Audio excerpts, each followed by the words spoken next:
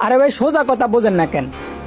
কষ্ট কইরা পড়ালেখা সার্টিফিকেট অর্জন কইরা যদি নিজের যোগ্যতায় চাকরি না পাওয়া যায়, তাহলে আস্তে এর উপর বাদ দেন সব পড়ালেখা।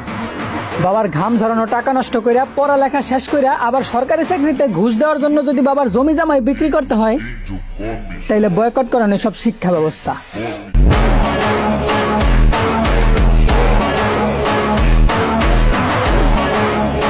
আরে ভাই সোজা কথা বোঝেন না কেন? কষ্ট কইরা পড়ালেখা সার্টিফিকেট অর্জন কইরা যদি নিজের যোগ্যতায় চাকরি না পাওয়া যায়, তাইলে আস্তে এর উপর বাদ দেন সব পড়ালেখা। বাবার ঘাম ঝরানো টাকা নষ্ট কইরা পড়ালেখা শেষ কইরা আবার সরকারি চাকরিতে ঘুষ দেওয়ার জন্য যদি বাবার জমি জামাই বিক্রি করতে হয়, তাইলে বয়কট করেন সব শিক্ষা ব্যবস্থা।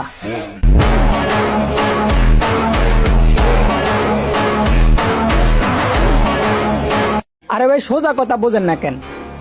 কষ্ট কইরা পড়ালেখা সার্টিফিকেট অর্জন কইরা যদি নিজের যোগ্য